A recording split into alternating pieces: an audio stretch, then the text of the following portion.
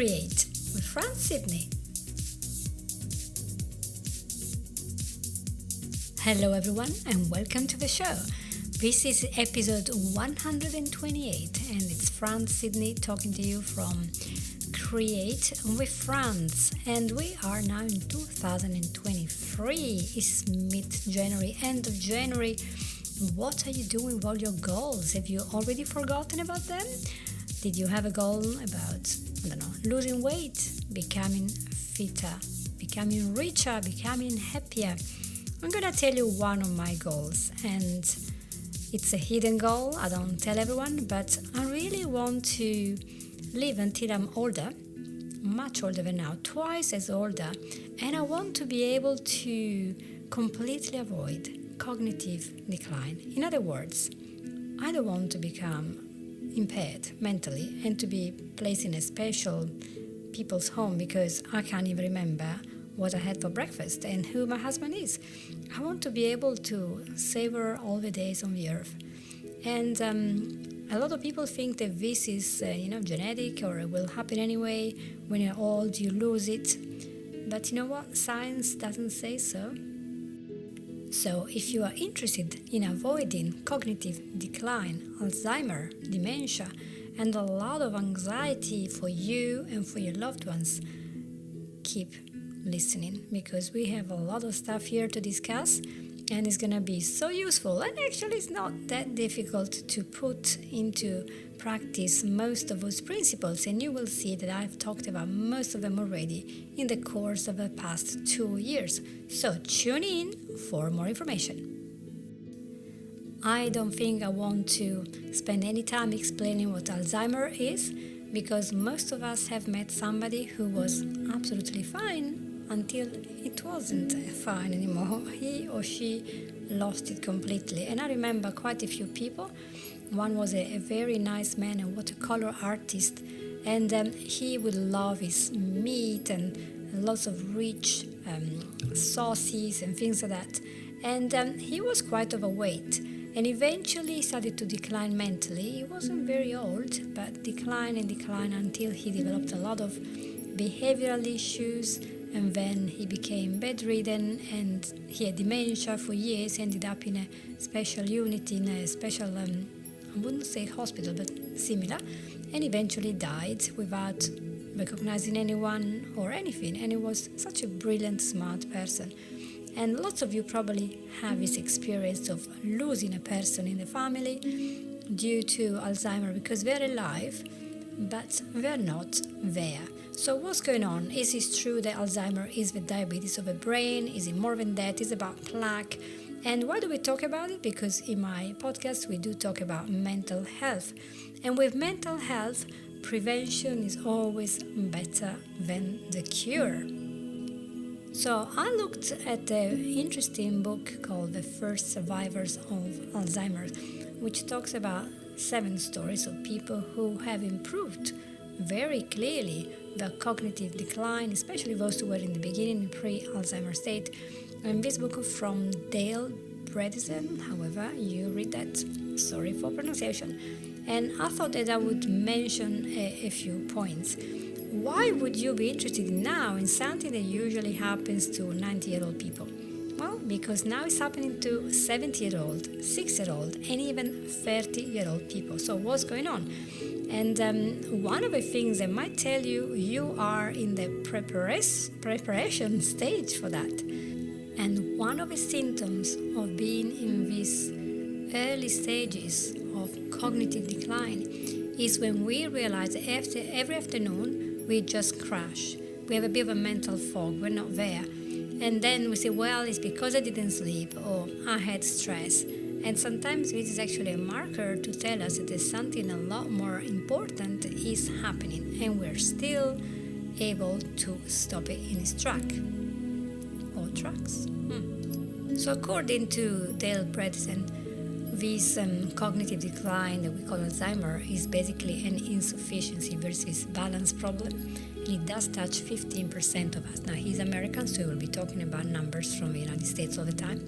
He says there are 5 types of cognitive decline, and one of them apparently comes from recurrent head trauma, but the others are driven by inflammation in the body. For example, gingivitis, sinusitis, and then anything that will add toxicity to the brain. Toxicity that does not get detoxed, does not leave our body, remains there and make the brain react. Therefore, unless you are lucky to live in a very isolated island in the middle of nowhere with perfectly clean water, food, etc., you are more likely to live in a toxic world when you have fires, you have pollution, you have processed food, you have water that is not very good, you might have reduced nutrients, and a lot of us have lack of oxygen during sleep. This you can actually check if you have an Apple Watch or if you have an oximeter. You have maybe friends who have sleep apnea, or they wake up over and over and over, and they do because they're not breathing properly. And especially if you're obese and you cannot, because you have a lot of weight to carry, and so when you try to breathe, you're not breathing properly and you feel like, oh my gosh, I'm always awake. So the lack of oxygen can eventually cause this cognitive decline, because the brain needs 100% oxygen all the time. It doesn't need 20%, 80%, it needs 100%. There is the reason for that. So anything that will decrease the amount of air, the amount of oxygen going to your brain, will eventually cause damage. So that's important, very important. We all talk about amyloid plaque building up, and yes, this is happening because they say we done a biopsy and autopsy, the person was full of amyloid plaque. Yes, it's true, but there is a reason why the amyloid plaque is there. It's like a fire alarm almost. So, the amyloid plaque will be, according to this doctor, a bit like the water in a house after you have a house fire. Why? Because amyloid is a peptide that is pulled in because it's antimicrobial. So the body is under assault because it's a huge state of inflammation. So it goes into a protection mode, let's say, and it pulls in these peptides, which we call amyloid plaques. So you can't just get rid of them; they're there to help. And so we can't just rebuild the house while it's still on fire. We have first to remove the cause of a fire, and then we will see that we can rebuild this brain. And he was able to talk about cases of people that reversed their Alzheimer's or got a lot better by changing their lifestyle. And that's a lot better than ending up in a place where you don't remember who you are and why you're there, because you couldn't do those steps. Today, that you're still 20, 30, 40, you have the knowledge, you can take action. Many people have prediabetes and they are already in the pre-cognitive decline stage. And you can see that because they have oral pathogens, they might have constant sinusitis, they might have leaky gut. And now, for many years, nutritionists or holistic practitioners talked about leaky gut, and they've been completely ignored by mainstream medical professionals. But now, all the doctors are talking about this leaky gut and how important this is. And if you think of the huge amount of allergies we have, that is leaky gut. So think about all these people that are risking to be in the 15% who will develop eventually cognitive decline and therefore a lot of mental health problem. Think about the next generation. How can we help them? And we can check many things. One that he was mentioning was a testosterone that is lowering, and that causes a problem when the vitamin D is lowering. So are we exposed to sunshine enough? And so there are other things that he mentioned that could be a problem. For example, glycotoxins and insulin resistance.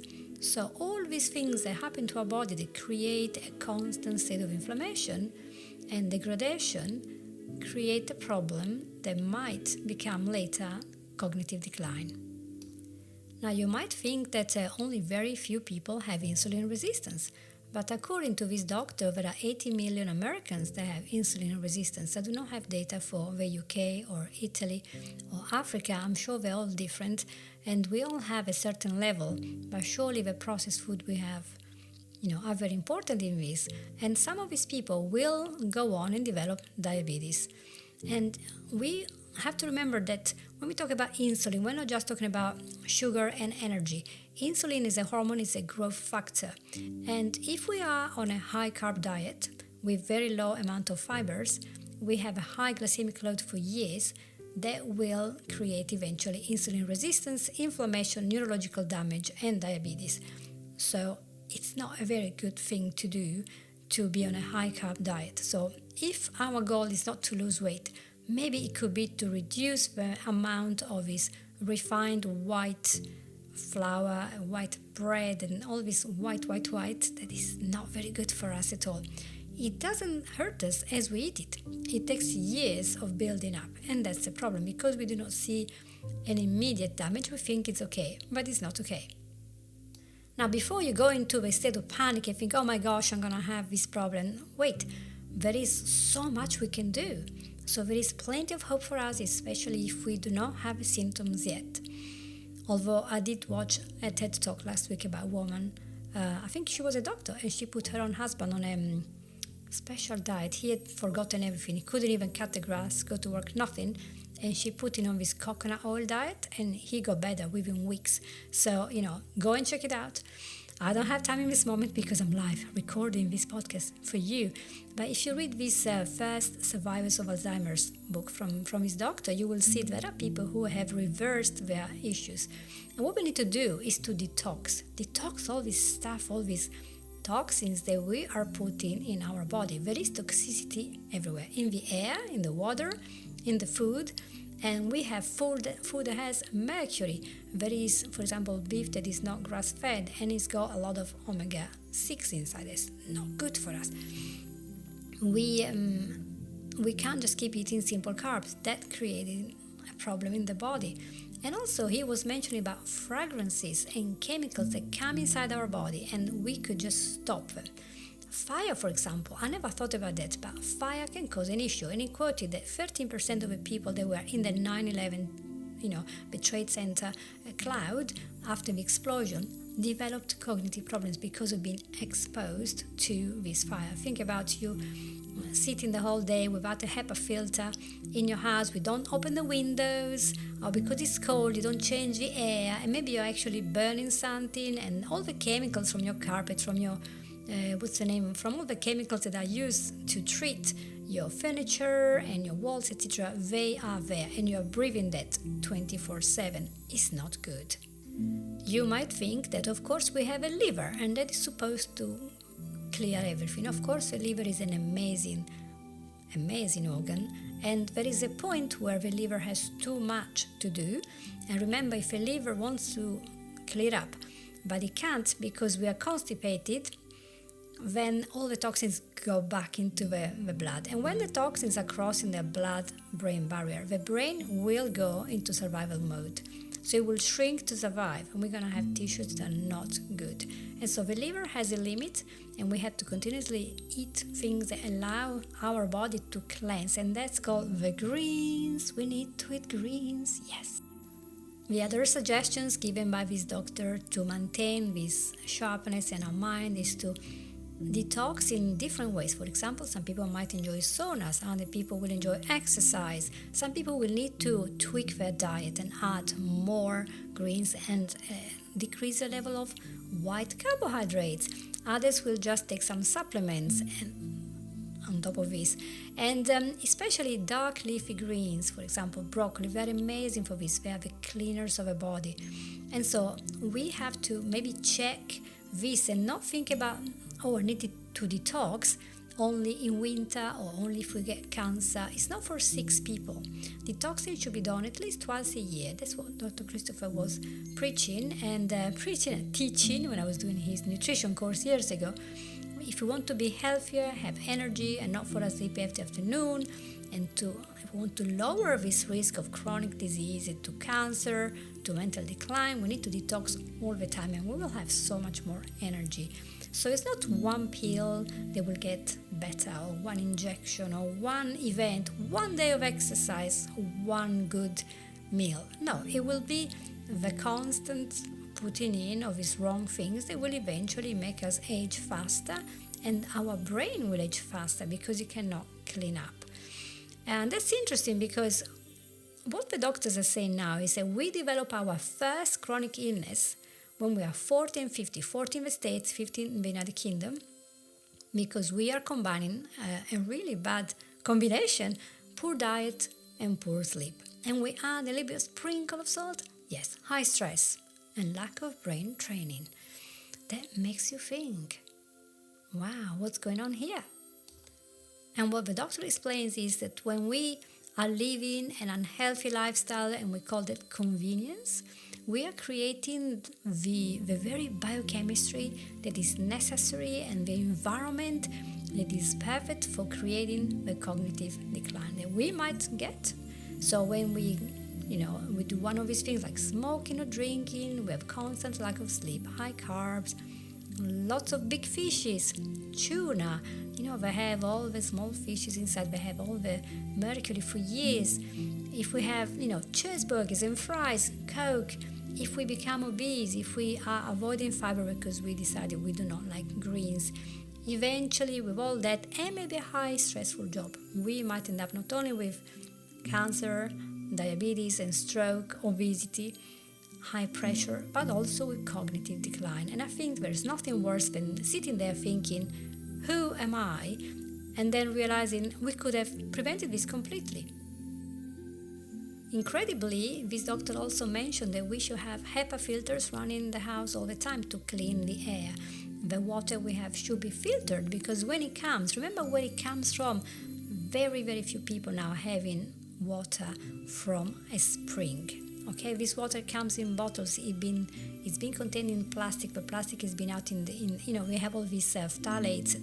Not good. They are hormones. They're giving hormones to you, and they change your testosterone and estrogen. So think about all the stuff that we have all around us. We don't have enough fiber. We're not sweating because we can't do exercise, and our levels of vitamin C is low. The glutathione is low, and we're not detoxifying because we're not moving. Our circulation is not going. Our bowels are not moving because we don't have fibers. So in our water, in our food, in the groundwater, from wells, from spring, whatever, we need to check what's inside this stuff because the level of lead and arsenic can be quite high. He was mentioning Utah as a place where there is a lot of arsenic. And I was very surprised. But also things as simple as burning paraffin candles. I didn't know they can cause cognitive decline in the long term because they contain benzene, toluene, and some mercury. And I'm like, oh my gosh, I have to open more windows. I don't burn them all the time. It's very rare. But yeah, open the windows. You need to change the air because you're breathing stuff that is not good. And it's going there. It's going somewhere in your body. It's not disappearing. So what is the result when we give one or more of these toxins to our body is that we create a virtual ongoing inflammation that could be quite hidden. We have no idea that it's there. But this inflammation, it could be visible because we keep getting the same problem. And so there is our body is telling us, hey, I got a problem with a few organisms here, there are bacteria here that shouldn't be around, or fungi or whatever. We're trying to get rid of this. And so if that happens to go in the brain, there will be this creation of excessive amyloid plaques because the brain is just trying to kill the bugs. So if we want this clean system, we have to first find these toxins. We have to bind them. You have to get them out. And you can look at a lot of stuff about this. And one of the big helper anti-inflammatory is turmeric. So curcumin, which is the active substance, is very, very good for that. So put it in all your foods.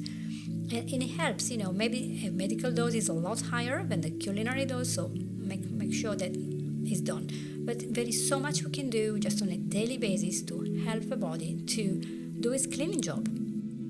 Now, regarding the diet, whether we are trying to lose weight or gain weight or remain as we are, this doctor was talking a lot about the fats that we are using, and he was saying that it's better. So you want to debate this, that's fine. Avocados and olive oil, especially extra virgin olive oil, cold pressed, and coconut oil, good, not in huge amounts, but good. And he said to avoid seeds oil because seeds oil, palm oil, they are highly inflammatory because they have a lot of omega-6, and that lowers the amount of omega-3, which is the one that you want, which is contained in fish. So it's all a balance there, isn't it? And so, for example, if you want to eat beef, have normal grass-fed beef. But if you have grain-fed beef, that is filled with omega-6, so it's more inflammatory. Saturated fat, another problem. And guess what? Raw food eaters, excess nuts, no good. Excess nuts can be a problem. So eat some every day, wonderful. But if you have too many, they're no good either. And especially roasted, because when you roast them, you're damaging the oils. They oxidize, they're rancid, they're no longer good for you. Remember that the oils are used by every cells to create the outside membrane. So whatever goes on, that's your immune system. If your oil is not good, the immune system is not good. So the doctor was suggesting to go on a mildly ketonic diet. So have a high plant level and give the energy to the brain from glucose and from ketones or ketones. So be flexible, metabolize both. But if we keep eating only carbs, and very little plant food, and we are APOE positive, APOE4 positive, there will be a problem. So the data that he was giving is a little bit scary for me. He said that the lifetime risk of Alzheimer's is about 9% in the United States. So he was saying about 75 million Americans have one copy of APOE4 from the parent, which is one of his markers about Alzheimer's. But if both parents had it, the risk goes from 9% to 30%. And 7 million Americans have 2 copies of that. So they are 50% more likely to get Alzheimer's, or 50% likely to get Alzheimer's. So when is the time to prepare to avoid this? It's not when you're 80, it's when you're 20. It's as early as you can. Tackle that lifestyle change. You don't need to lose weight or anything, but you need to look at what you're putting inside your body, because it will help you so much later. There are so many tests that a person can do to check all this stuff, if you're pre-diabetic, if you have high insulin, and even a 20-year-old person can check if he's APOE4 positive. And this means that he already presents a decreased glucose utilization in the temporal and the parietal lobe. And that is the signature of Alzheimer's. So you want to test for it. If you have one relative, one parent that had this, test for it and improve your lifestyle today. Even if you are 40 years old already, test now. And remember to eat small fish, only grass-fed meat, beans if you do not eat any meat, and avoid the loss of muscle mass that will come with the age, because they're having a lot more protein. Just enough, not too much, but more protein than before and much less high carbohydrates. And also one more thing, he talks about fasting.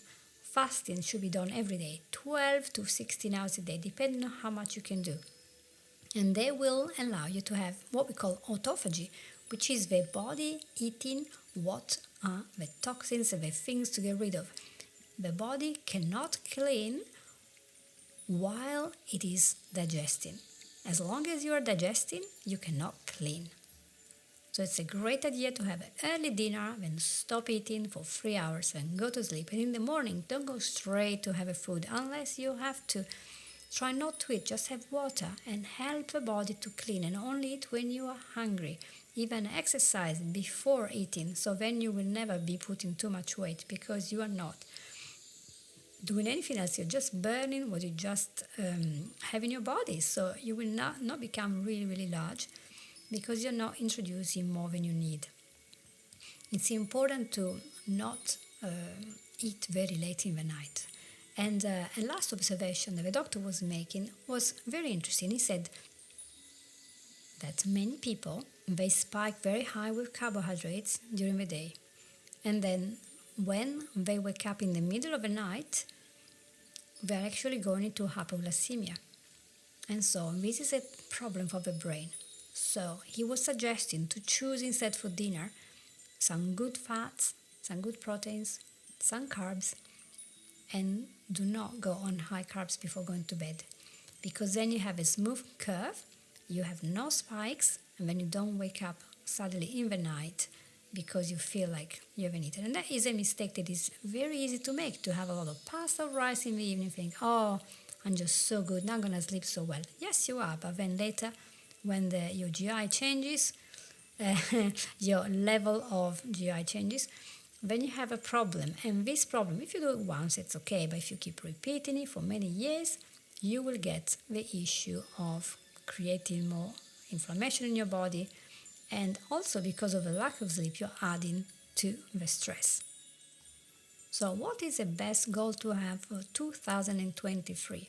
You might or might not want to lose weight, become fit, become bigger or larger or more intelligent, do more courses, get a job, whatever you like. All the goals are good, as long as, they are possible for you to do and they'll give you something. But one big goal is to avoid becoming a shell of yourself. Avoid losing almost your mind, because when you have full Alzheimer, that's not fun. It's not a fun thing to do. And recently, one of my friends lost his father, who had Alzheimer, and he couldn't recognize anyone, and it was terrible. And we lose our loved one, and so much can be done so that this situation doesn't happen. So let's make sure every day to do the basics. Everybody knows the basics to remain healthy. It's so easy to become distracted and to think, oh, just one more piece of cake. I do that, so yay, I'm right here telling you I'm not perfect at all. I sin. But we really need to take care of ourselves, especially now that there are so many people in hospital with chronic disease and everything. We don't want to add up, and we can prevent this. And as we do that, our mental health will be better. We will feel better. We will not be so anxious about becoming old and frail, because we will feel good, we will be smarter, and we will have so much more energy. I can't remember who was a very famous guy in the ancient Rome. He said, mens sana in corpore sana, or sano, healthy mind in a healthy body. Let's make sure that we keep this precious body that we have in a perfect condition, as much tuned in as possible. Even if we're already sick or have a chronic disease, there is always something, a small step we can take every day to feel better and to look forward to a day when we'll be 40, 50, 70 and know that we can be tack sharp even when we are 90 years old. How cool is that? And read that book. That's a great book to read. The First Survivors of Alzheimer's. Read it. Okay, well, thank you very much for being with me. It's 27 minutes talking, so I think you had enough of me and my new goals, and so I hope you will enjoy yourself, and I hope you will share this episode with somebody who might want to do something about themselves and their own health. Thank you so much for being with me, and I'll talk to you very soon. Take care. Bye.